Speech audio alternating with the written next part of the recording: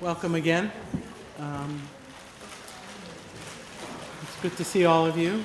We have our pods over here of people who sit together and our pods over here of people who sit together. We have a very exciting lecture for you today. But before we begin, we would like to take some time to talk about someone who is very near and dear to us and has been near and dear to us. There's an image of him on screen, and I'm going to ask Barbara Lesh McCaffrey, who is the president of the Alliance, to give you some introductory remarks about Robert Harris, and perhaps you'll understand why every year we have a lecture, our most prominent lecture of the year, named after Robert. So, Barbara?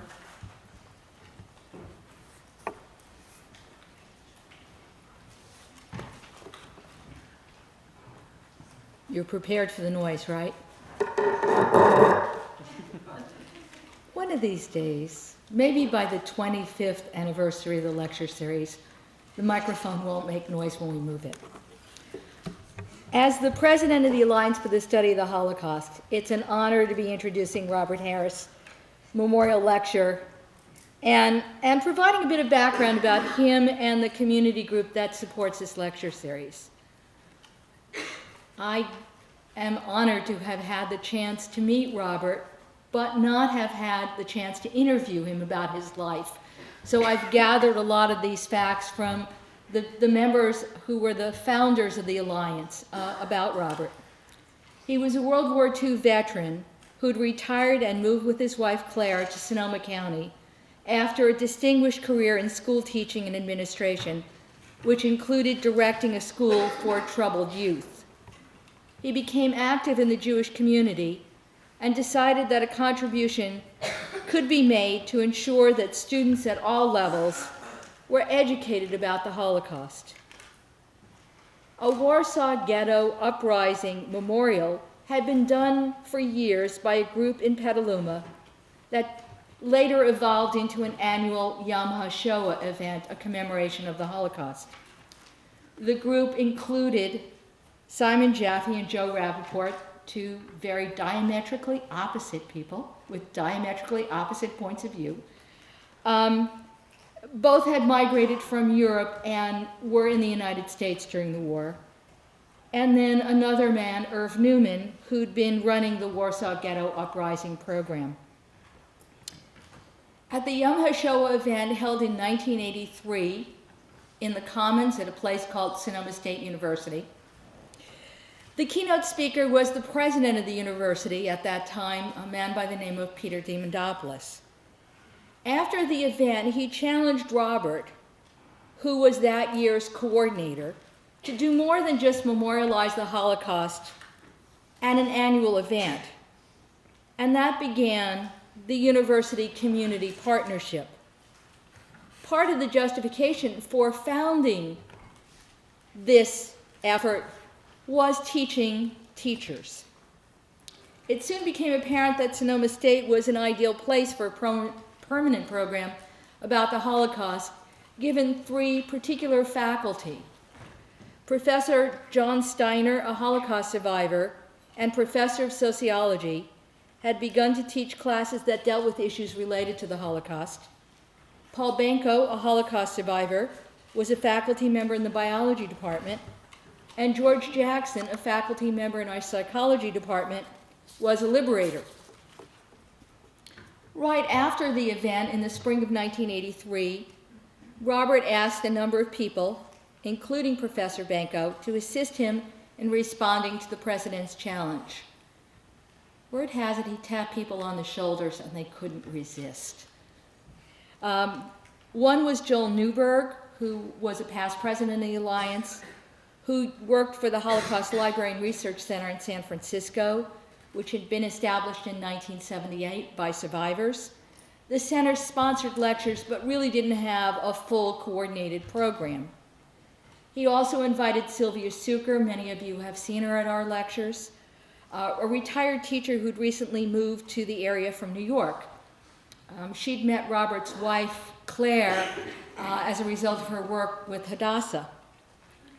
One of Dr. Steiner's first students, Virgil Miller, who'd been going to the Warsaw Ghetto Memorial commemorations, was invited to join the initial group. And then Robert added a sprinkling of ministers, rabbis, and people like Evie Sackler, who's with us today, another of Professor Steiner's students, Eugene Kravis, Irv Newman from that Petaluma group, and another local survivor, Walter Kuttner, who was a long-time member of the group. Sylvia, whom I spoke to this afternoon, remembers Robert as an indefatigable leader with enormous determination who was able to work with all types of people, an inspiration. As Joel Newberg recalls, Robert was a one-person organization. He knew what needed to be done and interfaced with groups and individuals and handled all that fundraising, as he said. He would just ask people to donate, tell them how much, and wait patiently while they wrote their check. The Alliance for the Study of the Holocaust was formed on behalf of victims and survivors of the Holocaust and the need to tell their stories and learn from their experiences. Those who began this collaborative effort between the community and members of the university faculty promised to let the world know of the atrocities that had occurred. The initial intention was primarily to learn the facts, act on them, and never forget. As a result of these efforts, a highly successful lecture series on the Holocaust and genocide was created at the university, initially 5 to 6 lectures a year that grew into a general education course that many of you were enrolled in, with 100 students a year. Professor Steiner became the first director of the Center for the Study of the Holocaust at Sonoma State, and our very own Professor Myrna Goodman, then a returning student working toward her bachelor's degree, was the first student assistant hired by the center. As a university community partnership, the board now includes members of the community, university faculty and administrators, and students who participated in the lecture series. We really invite those of you who are interested in its work to join us, and if you are interested, come torment me after the lecture. The mission is to co-sponsor the lecture series, to support the Center's study for the study of the Holocaust and genocide in providing programming to the larger community, including kindergarten through 12th grade teachers, and to collaborate with other community groups working on issues related to the Holocaust and genocide. After Robert's death, the members of the Alliance decided to name an annual lecture in the series as a tribute to his unswerving dedication and commitment to Holocaust education. We are truly indebted to Robert for his vision and his leadership, and we're very honored that his brother Howard is with us this afternoon. Thank you, Howard.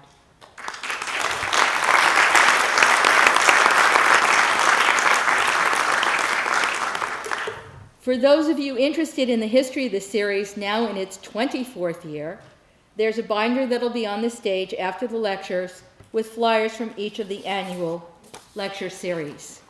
And the other thing I wanted to do before I turn the podium back to Myrna and we make the microphone make noise again, is to remind and invite you that on Thursday at 4, there's an opening reception for the photo exhibit by Professor Ilka Hartman, who used to teach in this series.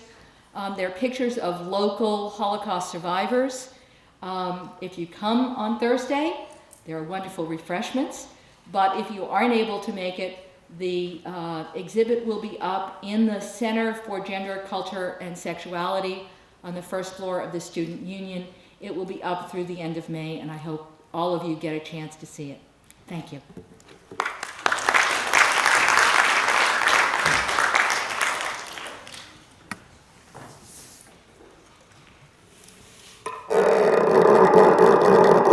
A woman of her word.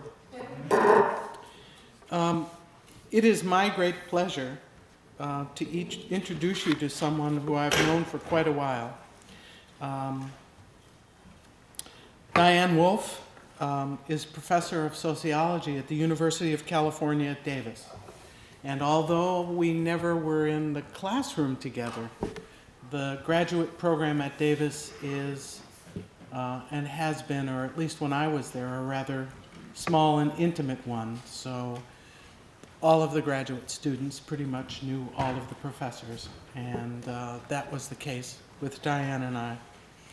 She's the author of the award-winning Factory Daughters, Gender, Household Dynamics, and Rural Industrialization in Java, which was printed by the UC Press. She's the editor of Feminist Dilemmas in Fieldwork, and a co-editor of Sociology of the Holocaust, Memories, Identities, and Diasporas, which was published this year. As I said, this is the Harris Lecture. It is not the only important lecture that we present every year, but it is certainly the one that we like to highlight as being the one filled with information that we believe is current and important.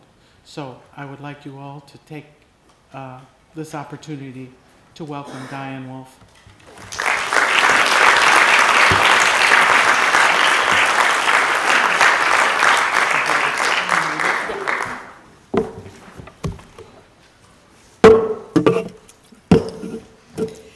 This is not an ad. Diane. All right, can you hear me? Clear? Okay.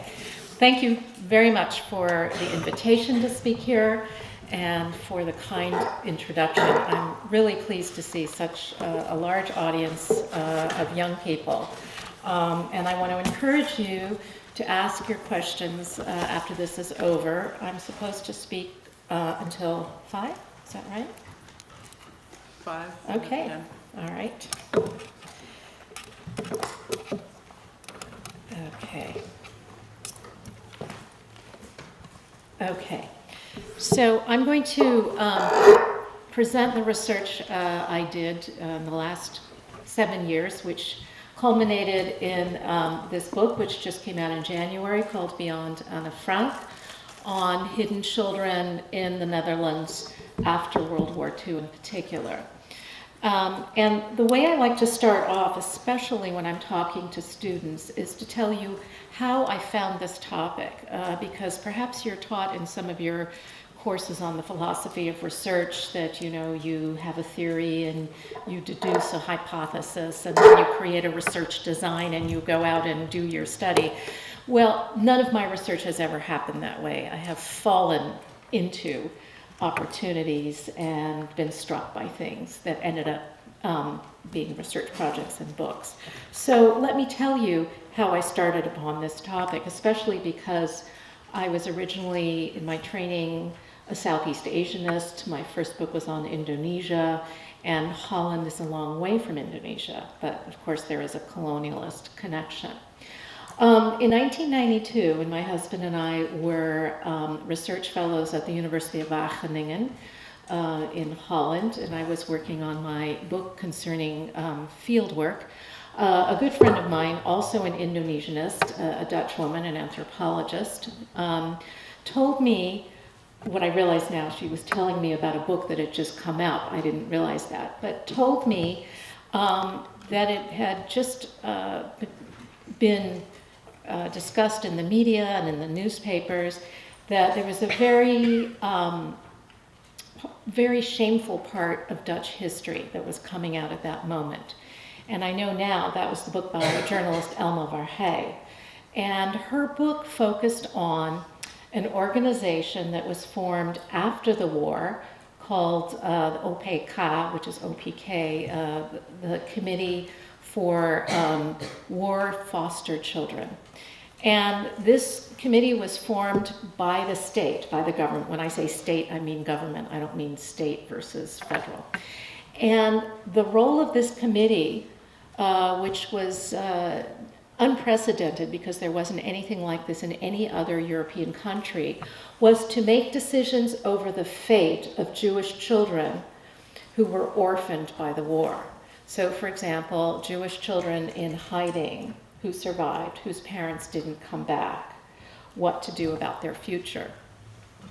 And what came out was that the decisions that were made were often made in a manner that the author of that book considered, and the data and the transcripts show us today, were somewhat anti-Semitic.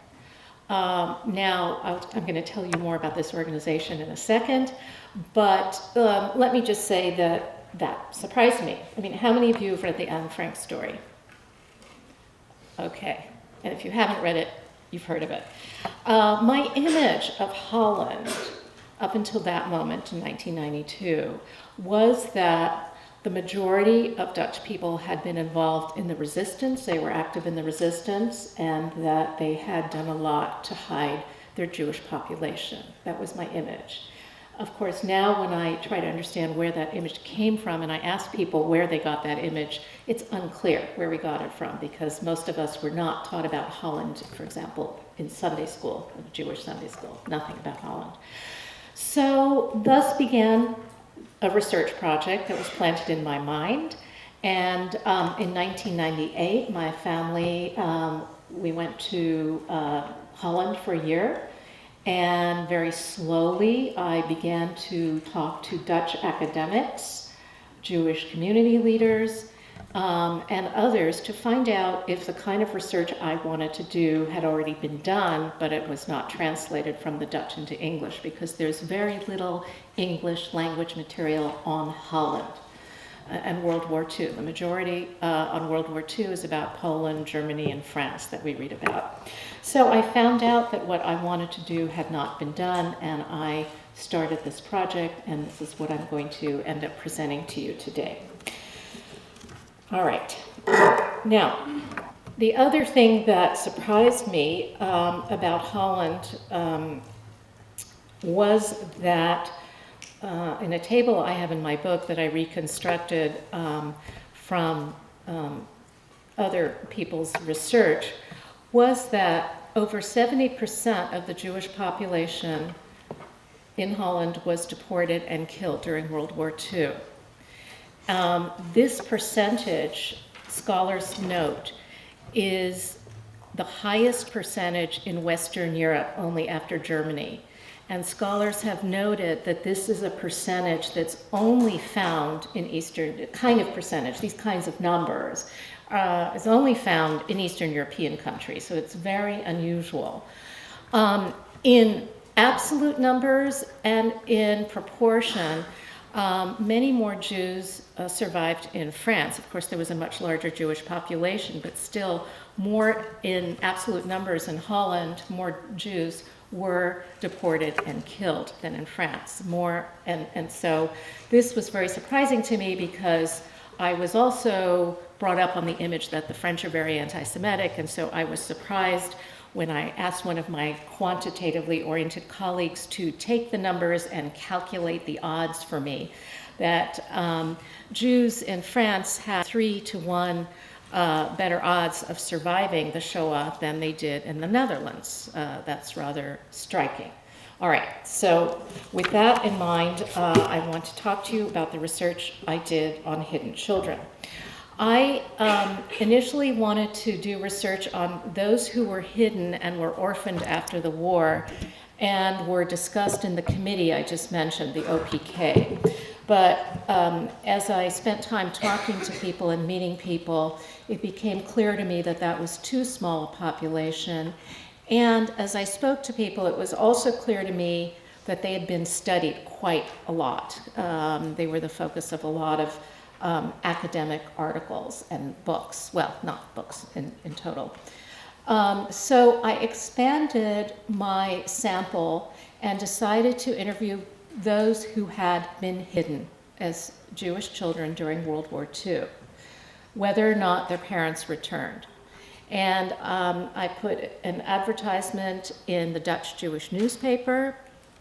I had email go out to the Dutch Hidden Children's Association, also to the one in the Bay Area, and I had a letter in the San Francisco Jewish newspaper, and the Hidden Children Network in New York also sent out a request asking for volunteers to be interviewed.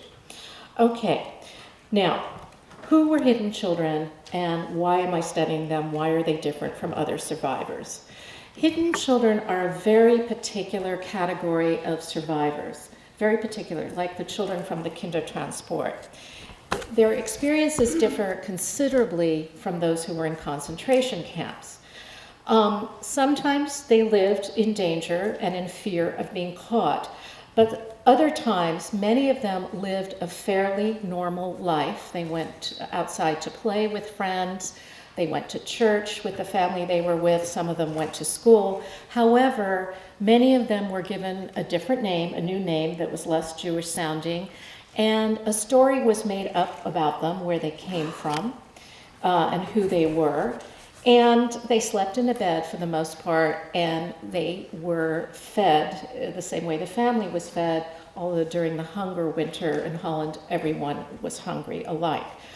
For concentration camp survivors, 1945 meant liberation. It meant the end of the war. It meant the end of oppression, and they were free. For hidden children, for the ones I've interviewed, and I also get the Hidden Children newsletter, which I've been reading for years and years, one hears the same and one reads the same kind of reaction. Many of those I interviewed said that for them, May 1945, liberation was not liberation. It was the beginning of their war. So many of them said, for me, my war began after the war. All right, and I'm going to explain why that very strong and striking statement came about, that liberation for them was not felt as liberating at all. It is estimated by historians that somewhere between 20 to 25,000 Jews in Holland went into hiding out of a total population of 140,000 Jews. Now, at the same time, after the Nazis occupied the Netherlands, they were also interested in taking young Dutch men and sending them to Germany to do labor. And so while 20 to 25,000 Jews were hidden in the Netherlands, at the same time, you have approximately 250,000 Dutch non-Jewish men who were hidden. So the numbers are rather striking in that, it was a certain percentage of the Jewish population that was hidden, but the Jews who were hidden were only 8% of the entire hidden population. So that means that more people were hidden than just the Jews. One minister who was involved in trying to hide Jews during that time was interviewed by his historian and said you could hide 10 Dutch men before you could hide a Jew, that it was difficult at times to get families to hide a Jewish person. It wasn't altogether that easy. And we definitely know from the work that historians have done that a lot of Jews in Holland were not all that fully integrated into Dutch life. Many of them did not know a non-Jew, and they certainly didn't know them well enough to kind of network and find a place to hide, even if they realized it was time to go into hiding. Resistance workers interviewed after the war claimed that it was easiest to hide a child, a baby. The easiest they felt was to hide a baby girl or a young girl, and then a baby boy or a young boy. But we will never know if those numbers show up in the number of people or children who were hidden, because we simply will never know exactly who was hidden, how many people were hidden, and we still don't know how many of them survived precisely, because not all of them may claim to be Jewish. Not all of them necessarily know still today that they were Jewish. Researchers that have looked at, studied altruism during World War II, studied, people who saved Jews and did brave things and were courageous, argue and have found that there are generally three reasons why people worked to save Jews, and in this case, to hide children or adults. The first was altruism, that people felt it was their moral obligation, that you simply hid children or helped Jews because you were a fellow human being. And they did it because they felt it was the right thing to do, despite the danger, and of course it was very dangerous. A second reason was their religion prompted them to do so. Many of the Protestants who hid the children I ended up interviewing were urged by their pastor to take in Jews for hiding. They did it not because they necessarily liked Jews or the idea of the Jewish community. In fact, some of them found Jews to be a very strange lot and people, but they did it because they thought it would be kind of the right thing to do religiously, and that they would gain some kind of grace from it. The third reason that people hid Jews, and this is not just in Holland that I'm talking about, it's everywhere, was for financial reasons. That some people wanted to benefit from this financially. That's a small minority. And in my study, I definitely found that a small number were asking for money or hoping to get it at the war's end. The vast majority were in the first two groups. Either they did it for altruistic reasons or for religious reasons. Okay, now there were resistance groups involved in hiding children in particular, and these were young people who were in the resistance in Holland. After their networks got going and they had hidden as many children as they could, and they were still working, in early 1944, some of these resistance members drafted a bill that would allow them a substantial role in decision-making over the fate of Jewish children after the war. And in the fall of 1944, when some people thought the war was about to end, some of these resistance members distributed pamphlets to Dutch families who were hiding Jewish children, telling them not to give up these children, saying, do not give up these children to anyone, including their parents, without permission from their group, while they waited for this bill to become law. So this was an attempt not to be malicious, but many of these young people who were interviewed when they were much older said, you know, we felt we had saved these one's lives, we were invested in their lives, we felt a kind of connection, and researchers have felt they seem to have felt a kind of proprietary nature that they should have some say over what happens to the future of these children. This bill became official in August 1945, Royal Decree number 137, in which the state officially recognized the claim of the resistance groups to be consulted in determining the future of Jewish children. They were defined, these children, as foster children, because at that time it wasn't yet clear if their parents were alive or not. So it would have been pretentious to call them orphans, since some of their parents perhaps were still alive. And what the state was proposing was that if a parent had left a child for more than several months without being there, without having contact, that the state became the child's guardian. So if you think about what you know about the Holocaust, parents with an amount of pain I can't possibly imagine as a mother myself, made the decision to try to save their child or children by giving them to strangers. And the parents had to go into hiding themselves if they could. But because they had to go into hiding so they wouldn't get killed, they were seen as losing guardianship, as though negligent parents. Certainly this was not a voluntary act. Yet the way the law was set up made it sound as though there was some choice in the matter. The state took over the children's guardianship, and this committee was headed by Dr. Gesine van der Molen, who had been active in a resistance group. She was an unmarried woman, childless, who was a lecturer in international law, and she was an Orthodox Calvinist, meaning she belonged to a church that believed that Jews did not have theological legitimacy and that they should be converted to save them. So it was her view and the view of quite a few members of this 25-person committee that if a Jewish child was in a Christian home, that was God's will, and it wasn't a good idea to change God's will. Of the 25 members, only 11 were Jewish, and Dr. van den Molen stated and made clear she did not want what she called radical elements, Jewish elements from the Jewish community, to be members of that committee, meaning no Orthodox Jews and no Zionists. So she tried to get Jews named to the committee who were more assimilated. I believe one, if not two, were converted. But all the same, they had a very difficult time on this committee because the non-Jews were given a privileged position. Now, I want to tell you something about why this was unusual, not only because this was the only European country that did this. Of course, we know there were fights over children after the war in France between the church and Jewish parents, so where children had been converted or in convents, there were issues there.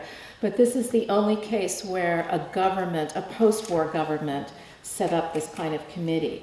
Now, Dutch society traditionally was organized according to what is called zeilen, or pillars.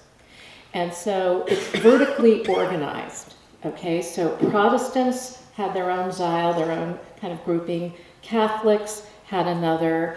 Jews were not quite a zeil, but under that kind of civil society, that organization of civil society, it was traditional that Protestant groups would have decision-making power over, let's say, Protestant orphans, okay? They'd have their own social welfare groups.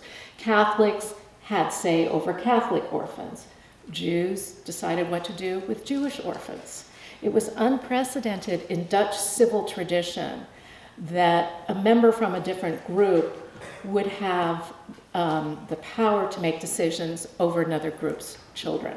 And scholars have suggested that if this was inverted, that if it had been a Jewish majority making decisions over Protestant children, it would have been scandalous. It never could have happened because it was so outrageous. The Jewish community was very outraged by this and organized its own organization called Le'ezrat Hayeled, to the aid of the child, that they had hoped would replace the OPK, but it was not able to do so because the state did not recognize it as a replacement. Okay, we're going to get back to this in a sec, but I want to talk to you about get into the research per se, and some of the people I interviewed definitely were in this category where the OPK deliberated over them.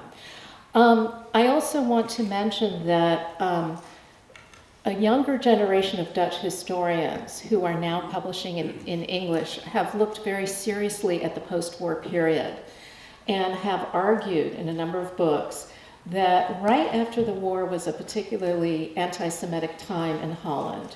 And you could find things in newspapers and in books that you would not have seen before and one has not seen after.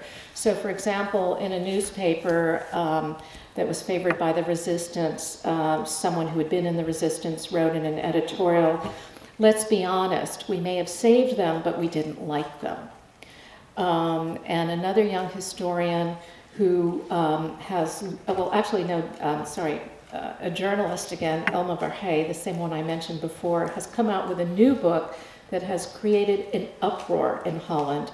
And she went into the archives and she exposes what Dutch social workers and doctors were saying about children who were being evaluated for the OPK, just kind of normal writing in the file, like when you go to a doctor.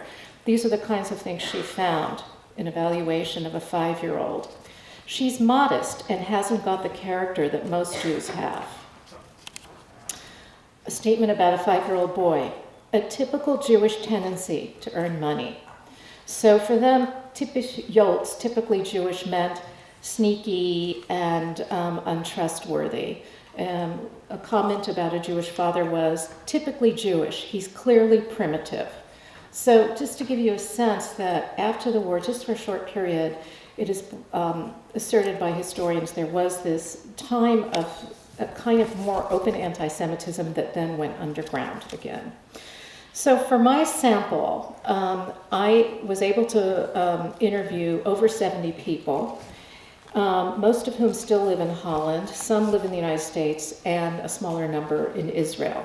60% of those I interviewed were female, and again, I can't tell what that means. If that means there were more women survivors or male, so we can't really tell because we don't know the entire universe of who survived. And when people volunteer for something, they may just feel more able to talk about it than others.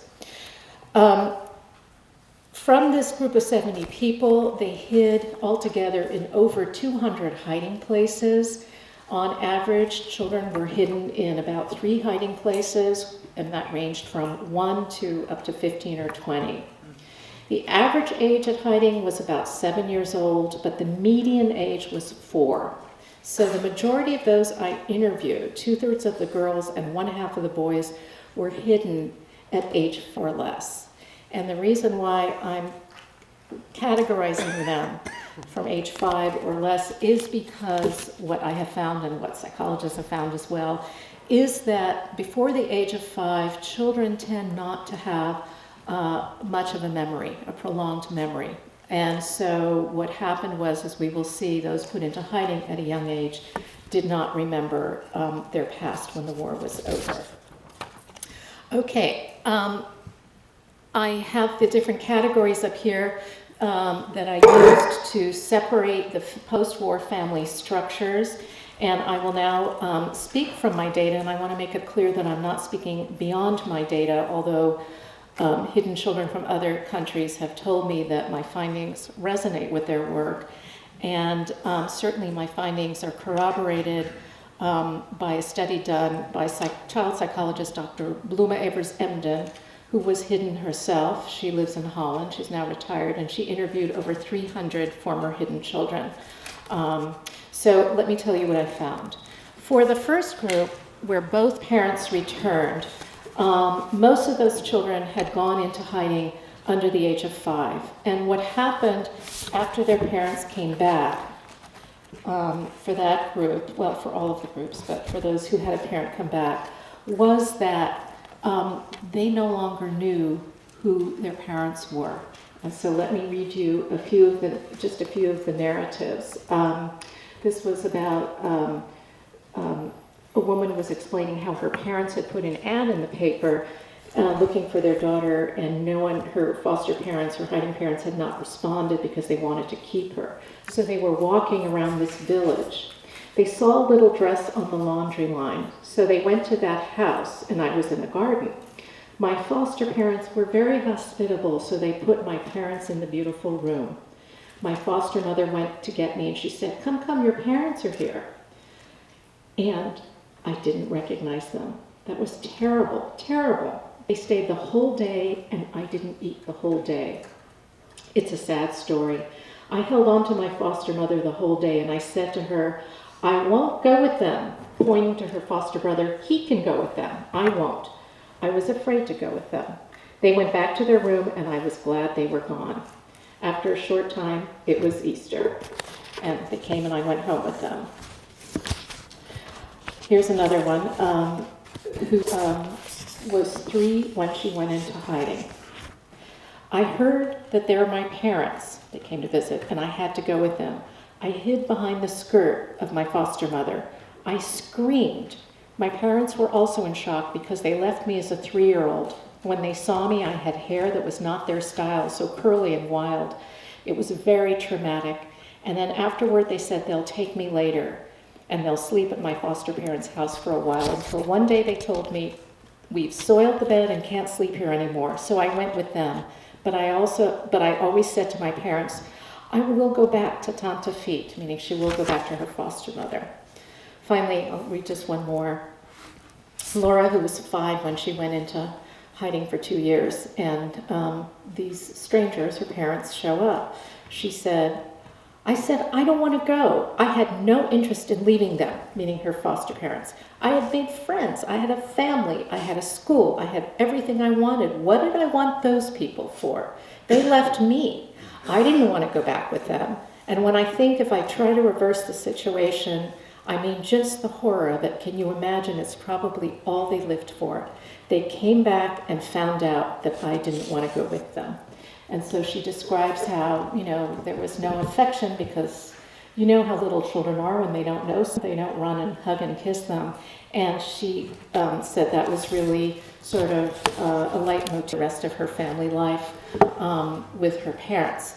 In other words, that even though those who had both parents return were told by other former hidden children that they were lucky because they had their parents, many of them did not feel lucky. Their families never really reconnected, even though they reconstituted as a biological nuclear family, but the earlier warmth and connection and feelings that had been there were not reproduced again because of this radical, traumatic shift for the child, who often felt that he or she had left their real parents because they were young. They thought the people they were hiding with were actually their own parents. So they felt torn away from the only home they knew. And family life, as described by people who are now in their 60s and early 70s, tended to be fairly unhappy and unrelated. Now, in the second category, where one parent returned, there's several possibilities. The same pattern reoccurred in that children did not know this one parent if they had been young when they went into hiding. If it was a mother who returned, she was able to get back her child usually, although Elma Verhey documents cases where widowed mothers were not allowed to get their child back and were not told where their child or children were and could never reclaim them because, the underground hid children and didn't want people to know where they were for safety reasons. So mothers got their children back, and fathers, if widowed fathers returned, they were not given their child back. They were not given any kind of guardianship of their child because it was assumed that men could not take care of children. And even there was a situation where a girl had her father and her beloved grandfather who lived together. She would have been very happy to go live with them. It was not allowed, and she was sent to an orphanage. So if a father only survived, the child was treated as an orphan. If a mother survived, the child was allowed to go back with her. This is, of course, based on gendered assumptions about nurturing and family, and these assumptions were sometimes wrong. Some of these fathers would have been fine taking care of their children, and some of the mothers were not able to. Some of them were emotionally so distraught. One committed suicide. One had to be institutionalized, that the children were then sent elsewhere. Now, if the father remarried, then the child was allowed to go with him if he had a wife. And I have about 6 cases where the hidden child gained a step-parent, either a stepfather or a stepmother. Most of them were stepfathers. And I have to say to you, very much like what we hear about in fairy tales, the situation with step-parents were, for the most part, very, very troubling and troubled. They did not work well. In about 5 of the cases, there was physical abuse, there was beating. And in about 4 of them, there was sexual abuse, meaning rape. 1 boy and the rest girls. And I start out the book with the story of a man named Max. He was my first interviewee, and he always felt that his hiding parents were his real parents. And as soon as he was taken by his father and new stepmother to go back to Amsterdam, he ran away from home, back to home. So his notion of home was with his foster family, and it remained that way throughout his life. And they felt that way about him, that he was their true son. So this was a man who had a biological mother who was killed. He didn't remember her. A foster mother who he considered to be his real mother, and then a stepmother whom he strongly disliked, and she was also a sexual abuser. He was closest to his foster father and really detested his biological father. So this is one person with 5 parents. And I teach sociology of family, and that's what we sort of see today when we look at blended families, someone who has 5, 6 parents. And what I argue in the book is that some of these post-war children experienced what we now consider a postmodern family with multiple sets of parents and complicated relationships. But there were no words for that then. There were no terms for it, and there wasn't really an openness to discuss these things or these feelings. Now, the last category are those who were orphaned, and there were quite a few choices. One is that most of these cases went to the OPK. One is that they would stay with their hiding family, with the foster family. And in the cases where, most of the cases of those I interviewed who stayed with their foster family, it worked out more or less all right. They were brought up. These are people who discovered and got into or sort of claimed their Jewish identity when they were adults and were comfortable with that. But when they married in a Jewish ceremony, their foster families, who loved them dearly, were not very happy about it and made comments such as, "We didn't save you for that," even though they went on to become grandparents to these hidden children's children. But for the most part, and of course it makes sense psychologically that if you're a child and there's continuity rather than a radical rupture in your life, that things would be a little bit easier over time. A second possibility was that they went to surviving relatives, okay, and so an uncle. And of course the Jewish community was almost completely decimated after the war. They wanted to claim Jewish children for the Jewish community and not lose the few children they had left. So it's very understandable that they wanted them to go to Jewish homes.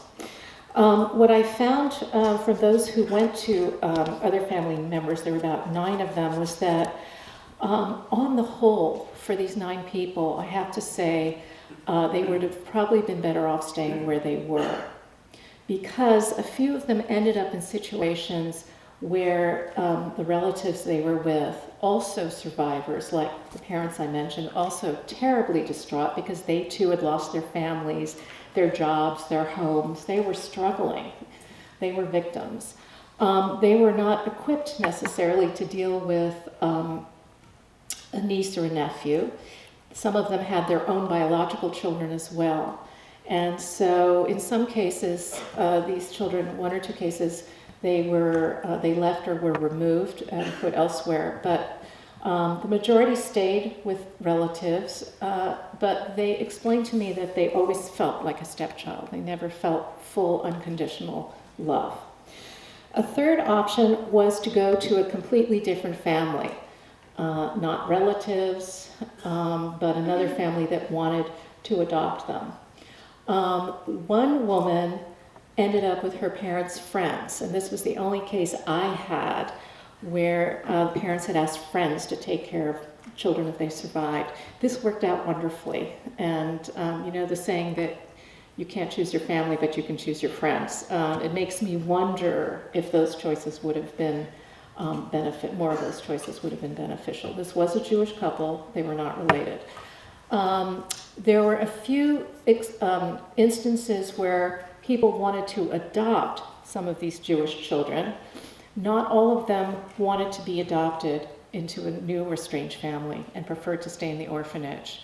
One woman who lives in Israel now, who was orphaned, was approached by a couple. He was Jewish and she was not, and they really wooed her and told her she could have whatever she wanted to eat and have all things if she went with them, which she did. As she became a teenager, the husband raped her, and she asked for help from a number of different people. She didn't get that help. She ran away back to the orphanage when she was 16, and she was sent back to the family. And then she ran away again when she was 17, and she wasn't forced to go back. But the adopting of a child by non-kin family was unusual, although apparently there were quite a few families who wanted to adopt children. The final option was to go into an orphanage, which a number of children did. And although the conditions in some of the Jewish orphanages were very cold and militaristic, the orphans really found friendship and camaraderie with each other. They understood each other, they had similar backgrounds, they were facing a society that did not want to hear about what had happened during the war, as in most European societies after the war. So they understood each other, they watched each other's backs, and many of them are still friends today. Now, some of those orphans ended up going to Israel either because they became Zionists or because they wanted to escape the conditions that prevailed in the Dutch orphanage. That's a small number of them. But I interviewed a few of those folks who were then put in an orphanage in Israel where they felt it was very difficult and very little attention was paid to their emotional needs and what they had just been through. And of course, we know that the ideology in Israel after the Shoah was one in which survivors were seen as having, gone to their deaths willingly, and they were not privileged and taken care of, but they were rather stigmatized. I presented my findings at a conference that occurs every year for child survivors of the Shoah that draws hundreds and hundreds of people. It's in a different city in the world every year. And I presented my findings to former hidden children, some of whom were in my study, the majority of whom were not.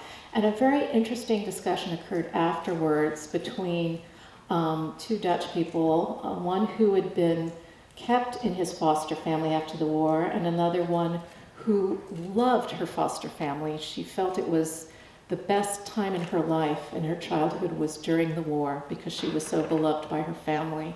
And she claimed, for me, it was a wonderful war. And she was angry and upset because she was taken out of that home and brought to a relative. And the discussion was interesting because the conclusion was everybody's angry, everybody's hurt. There was no right decision to be made. In that kind of situation where there was loss, there was death, there was tremendous trauma due to war, all of these decisions had problematic aspects. And those who had decisions made for them ended up very often feeling a different decision would have been better. So it's very, very hard to make decisions about the best interests of the child because there's so many factors to consider. However, what was curious and troubling to me was that I have to say in the end, psychologically, my sense was that those who stayed with their Christian hiding family, some of whom were not practicing Christians, they were just socialists and not religious, some of those children did better, again, because of the continuity. And it troubled me because, of course, the OPK was pushing for that kind of decision to keep Jewish children in non-Jewish homes. But my reasoning is different from the OPK's because I think the entire construction of that committee by the government, its constitution, and its decision-making processes were very, very problematic, and researchers feel fairly anti-Semitic. So even though I might agree with some of their conclusions, I disagree with the way they were constituted and the process by which they came to those conclusions. I want to come to a few of my conclusions and then open it up for questions, which I really enjoy doing. First of all, one of my conclusions for sociologists is that, as I said earlier, what we call post-modern families today are not a recent invention. And certainly they occurred at least 60 years ago and probably in other situations as well. Secondly, it's clear from the narratives that I gathered that many of these post-war Jewish families were dysfunctional. And I'm certainly not saying that to blame the parents, because the parents were victims themselves trying to put their lives together after terrible destruction, after genocide. But these families did not work all that well, and the lack of connecting that occurred in these families is very different from the image many of us have had about the warmth and the connectedness within Jewish families. So they were very troubled and problematic, and I think the writings we see from the second generation, children of survivors, certainly suggest that, a lot of survivor families were, haunted by a number of things, and understandably so. This is not to be critical, I'm simply making an observation. My research certainly forces us to think critically about the notion of the best interests of the child. What is that? Who should decide it? What perspective do we look from? And what kinds of professionals should be involved in that? It's very, very difficult to make that decision and to know what's right. And finally, I think that my findings call into question the whole notion of family, particularly as one defined by biological ties. Because what was clear is that many of these children were able to bond and connect with their foster family, but they were not to bond or reconnect with their biological parents later. And a lot of psychological theories put pressure on mothers to instantly attach and bond with their babies the minute they're born, and if they don't, there's a problem.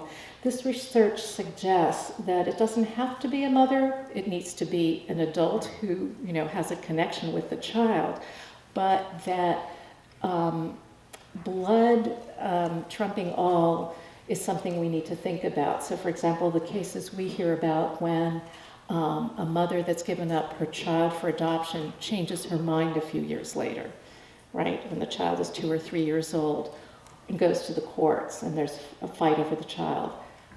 What's to be done?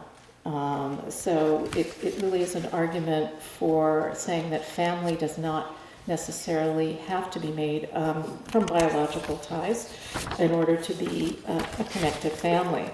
So before I conclude, I want to reiterate some things I was able to say and some things I didn't have time to go over. First of all, I would say that my research, of course this is a long book so I couldn't go into it all, certainly corroborates previous research. I'm not in a position to counter this, that a small percentage of the Dutch population risked their lives to save Jews in a situation that was extremely dangerous. That is true. But contrary to the image I was brought up on and many other people were brought up on, it was not the majority of the Dutch population. It was a small percentage. Queen Beatrix acknowledged this in 1995 in a speech she gave to the Israeli Knesset, that it was a small minority of Dutch citizens who were actively involved in saving Jews. The vast majority did nothing. Either they didn't know, they didn't want to know, they were afraid, rightly so, or they agreed with what was being done. And there's currently research going on by Dutch historians on the role of what's called bystanders and witnesses that I'm very interested to see the results from when they are finished. I would also like to add that the regime, the type of Nazi regime that occurred in Holland was very similar to the kind of control the Nazis had in Poland, which was very direct control and made resistance much more difficult than in a country like France. However, historians have noted that there really was no resistance among civil servants in Holland to cooperating, collaborating with the Nazis. And Eichmann said of Holland and of the Dutch population that they were a pleasure to work with. And so there were no role models among, let's say, police chiefs or the like to, try to undermine what they were supposed to do, not overtly but covertly. And certainly I acknowledge that it was a difficult and dangerous situation.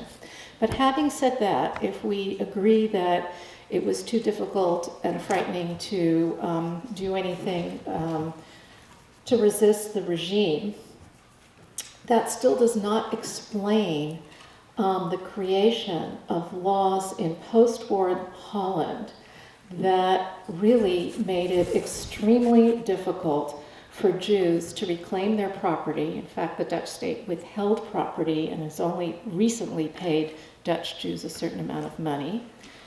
And it made it difficult for the Jewish community to reclaim their children. None of this had anything to do with the Nazis. This is post-war Dutch society that was attempting to be egalitarian, to not differentiate between Jews and non-Jews the way the Nazis had, but in making Jews the same as everyone else. It was in effect prejudiced against them because they had gone through a genocide in a way that the majority of the Dutch population had not. I would like to say in conclusion that Dutch society is still very much today still dealing with their collaborationist past in a way that Germany has really undertaken and done very, very thoroughly. I do think that Germany has done its memory work as a state, as a population. I think in Holland it's still ongoing. Only very recently the Dutch railway system issued an apology for transporting Jews to the transit camp and to concentration camps without fail, running on time. So it's hopeful that an apology was issued, but I think that it's a long road, and part of that road means that Dutch society recognized that they were not only victims of the Nazis, but there was somewhat of a collaborationist element as well, and that both were operating simultaneously. So I want to thank you for your attention and hopefully hear your questions.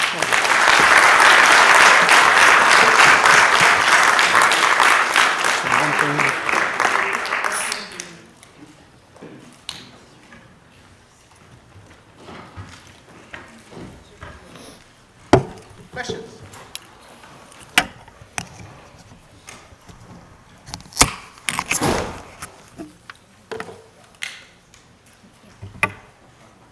What was the oldest child you interviewed in terms of how old they were when they were not forgiven by their families?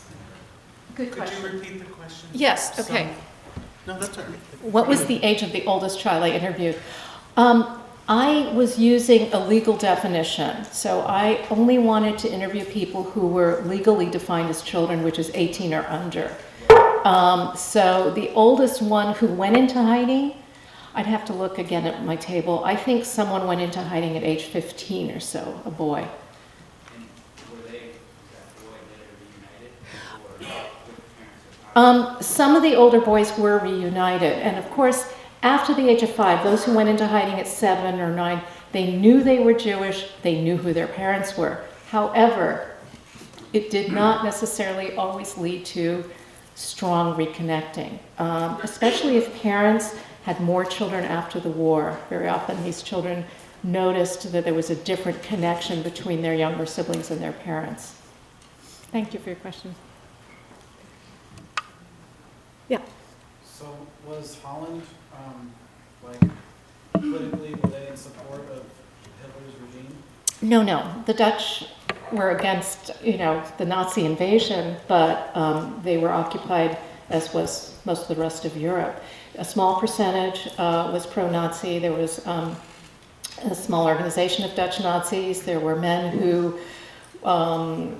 earned money hunting out Jews, and they earned more and more as time went on, and it was harder to find Jews. So it's all to say, a small percentage of them were highly active. Collaborate, really as kind of pro-Nazi, a small percentage was in the resistance, and the vast majority was in between.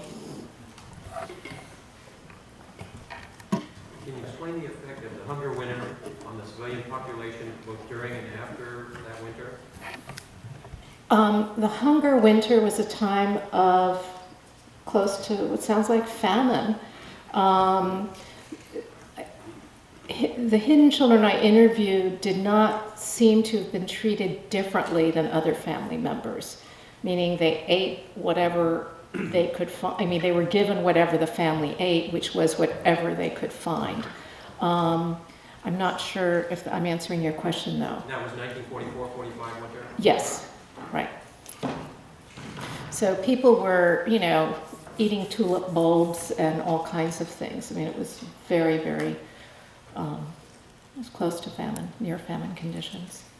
What the Germans did not take with them, they destroyed. And in fact, they set up rules for how many tulips you could eat before you got sick. I didn't know that. There was a question here, yes. When we were hearing from some Holocaust survivors about their families after the war, oftentimes it seemed that the survivor wouldn't actually tell their children anything about what they'd been through during the Holocaust, and especially not until they were old enough to understand, oftentimes of 18 or older. Was there anything similar to that with children who went back with their families in this kind of a case, or were they told kind of and explained what the parents had been through? There was variation, I have to say. I mean, there were some who did not want to expose their children to any of this history, except the children picked up things, and others who, you know, talked about it, brought them to Holland to meet their hiding family. I mean, in some cases, there's still very close relationships that have survived, which are quite, you know, heartwarming, and some have honored those who hid them at Yad Vashem as righteous Gentiles. There are others who have no contact with the people who hid them. They either lost contact or it was not a good relationship. You know, I never interviewed any of the children because that's sort of a different topic and a different focus, but what I could add is that I asked people if and how they felt their experiences affected the way they parented their children. And quite a number of them said they felt they were overprotective as a result of their experiences. Yet there were some who also said they wanted their kids to be tough and independent, and were probably very disciplinarian and used corporal punishment to get their kids to stand on their own in case their kids would have to function without their parents.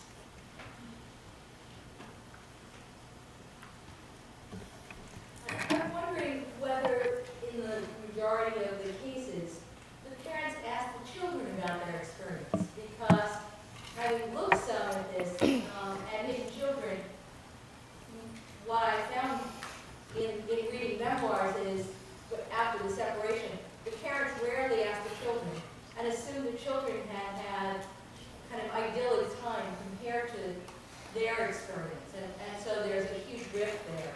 Was that the same? Yes, that was the same. And maybe you could... Absolutely.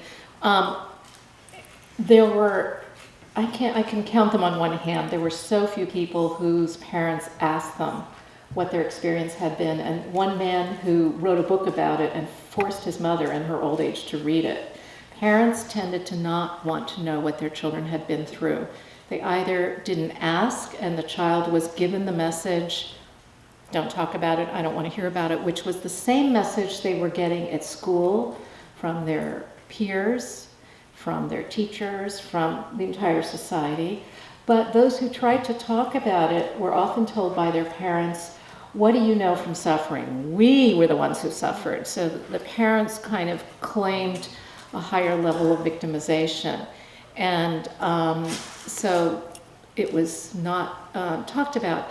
And I have to say that I found this kind of comparative victimization among hidden children in general, and of course it occurs between hidden children and camp survivors as well, that those, the further they are on the right-hand side of my categories, the more likely they are to tell someone further on the left-hand side, you're lucky, you shouldn't complain, which really shut people up because they felt, well, if my parents survived and I'm supposed to be lucky, I shouldn't complain.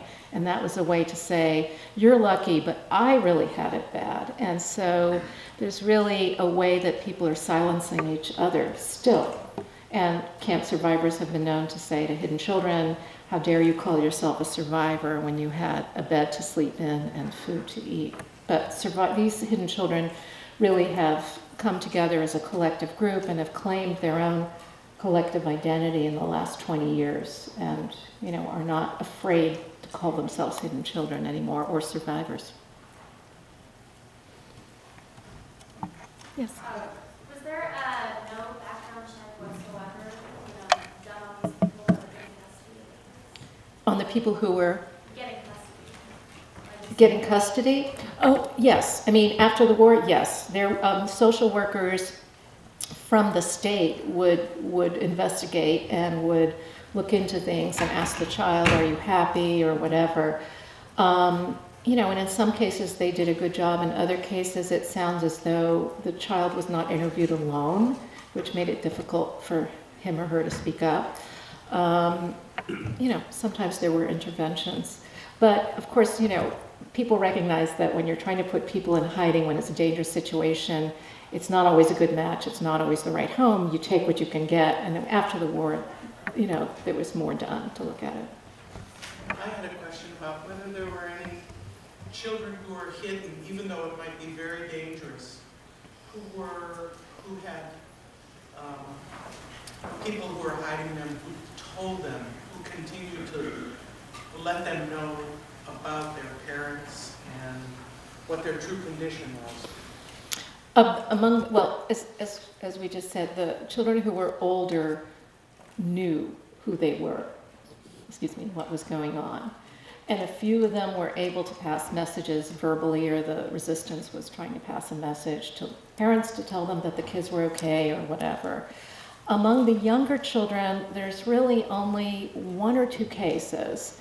One where a girl was coaxed by her foster mother to write letters to her parents that the foster mother wrote because she was too young to write, that were never sent, but she thought they were being sent to her parents.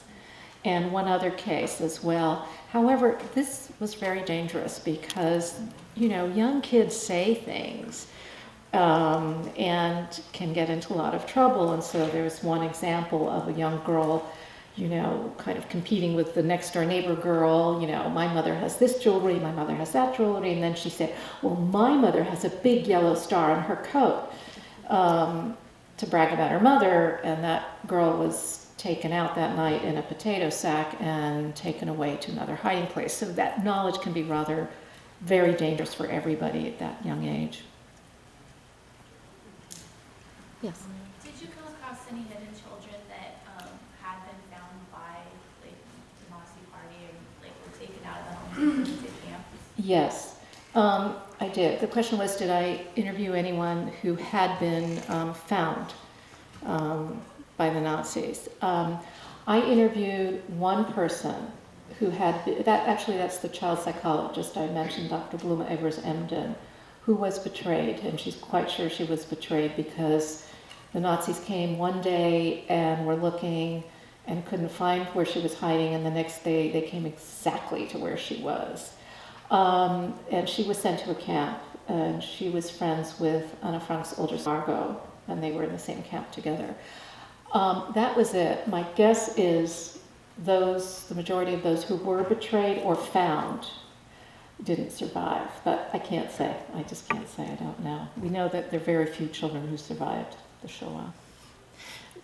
One of the former mayors of Amsterdam was hidden as a child, and he's written up his description. Same kind of thing, where one day the Nazis come, he's hiding, they don't quite know where he is. The next day, they know exactly where he is, and they say they're going to shove their bayonets into exactly where he is. And he wrote, you know, that he started screaming like a pig and, you know, came out. So.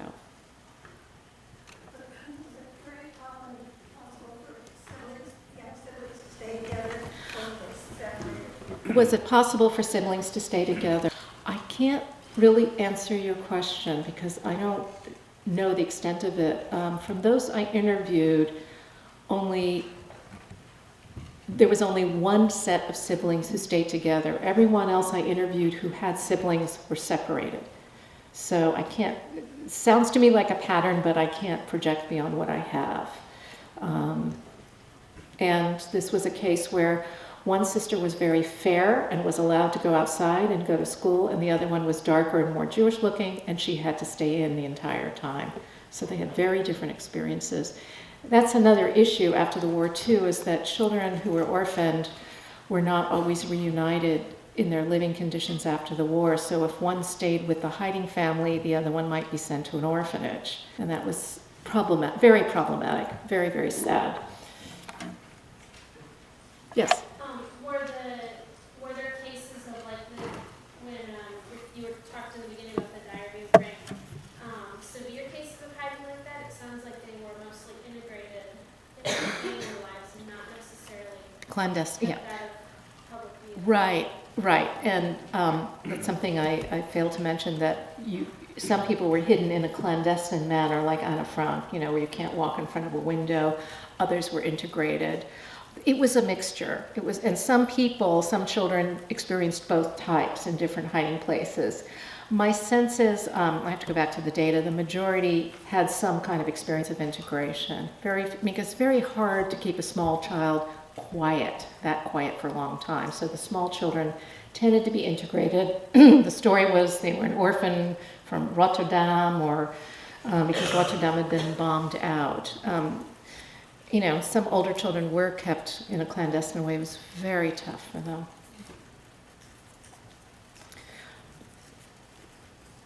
Okay, I'd like to bring up something that I think might be close to Professor Wolf's heart.